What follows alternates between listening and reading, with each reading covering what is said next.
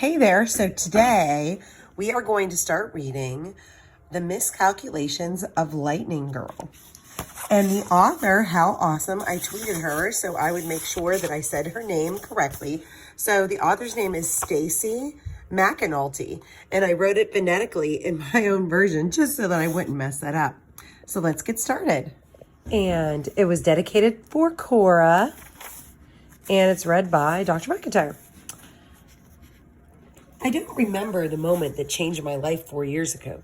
Call it a side effect of being struck by lightning.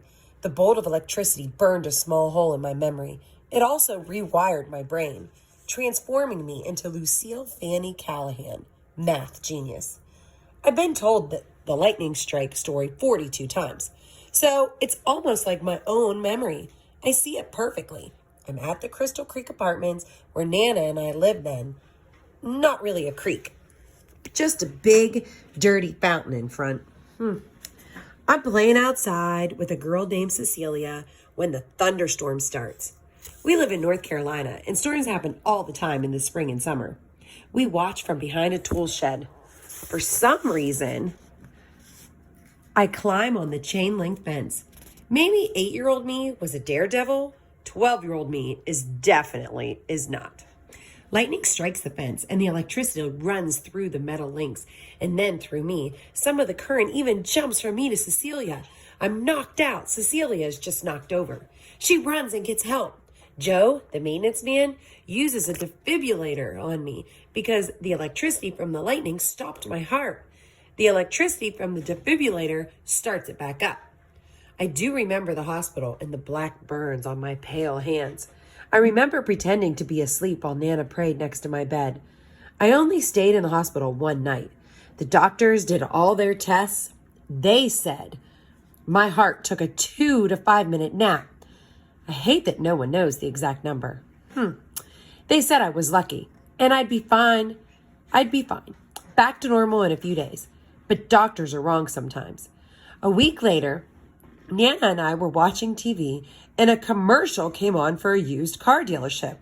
The man was screaming, so I had to pay attention. That's $359 a month for 48 months, folks.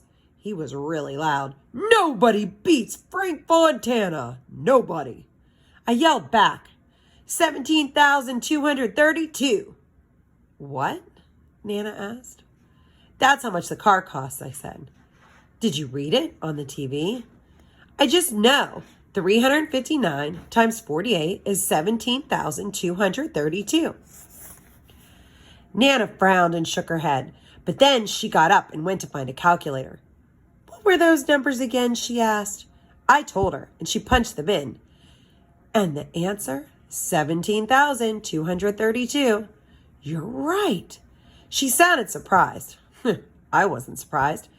But I guess I should have been. I mean, I was only in second grade, and we were still learning addition and subtraction. Nana turned off the television. What's 99 times 88, she asked. 8,712. Can we have McDonald's for dinner? I asked. Nana ignored me and asked me another math problem, and then another. She kept using bigger numbers, more digits, but it never got harder. The doctors call my condition acquired savant syndrome. Savant means that my math skills are far beyond normal, and acquired means I wasn't born with this wacky ability.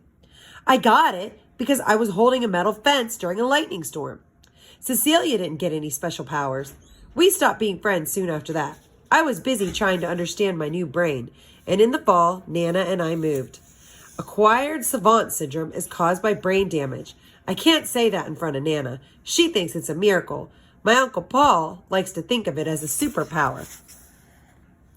Something from a comic book or a movie. But really, I'm brain damaged. Part of my left lobe has been turned off, and now my right lobe works overtime. My condition is really rare. I've never met anyone with it. It's even rarer in females and super rare in kids. One of my doctors, Dr. Emily Bowery, specializes in savant syndrome. She worked with a lady who can make a drawing so realistic it looks like a photo, and with a guy who can speak any language after hearing it only a few times. I am her only acquired savant patient. Years ago, Dr. Bari did have a guy who, after hitting his head on the bottom of a swimming pool, could suddenly play the piano. He'd never taken a single lesson, but that guy is dead now from old age.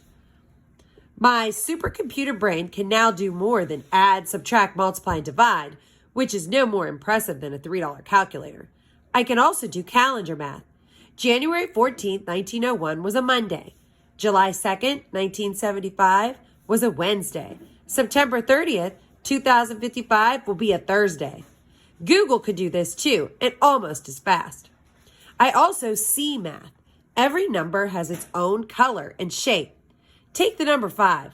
It's a jelly bean shape, red-brown, like the color of Carolina mud. The number 12 is a set of cream-colored squares. The number 47 is a fluorescent orange oval. Prime numbers have curves, and non-primes have hard edges. These colors and shape make it fun and easy to play with numbers. I can find patterns in anything from the stock market to baseball games to the price of cereal. Nana likes to bargain shop. And then there's my number memory ability.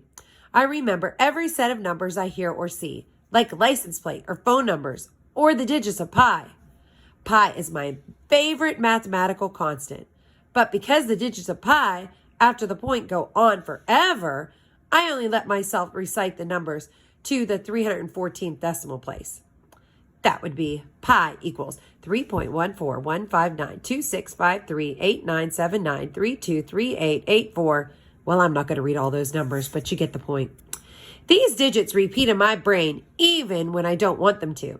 It's like getting a song stuck in your head. Only for me, it's the same song. Incredibly annoying, but it's beautiful. Being a savant does have its downsides. Like the guy who hit his head in the pool and could play the piano. He was blind after the accident. I'm not blind, but I do have my own issues. When people meet me, they expect Einstein or Mirzakhani,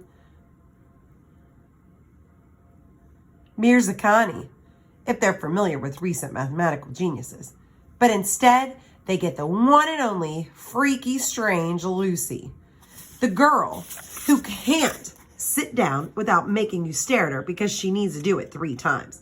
The girl who would rather calculate your age down to the hour than talk about your hobbies. The girl who never leaves the house without a supply of Clorox wipes and hand sanitizer. Lucky for me and everybody else, I rarely have to meet people.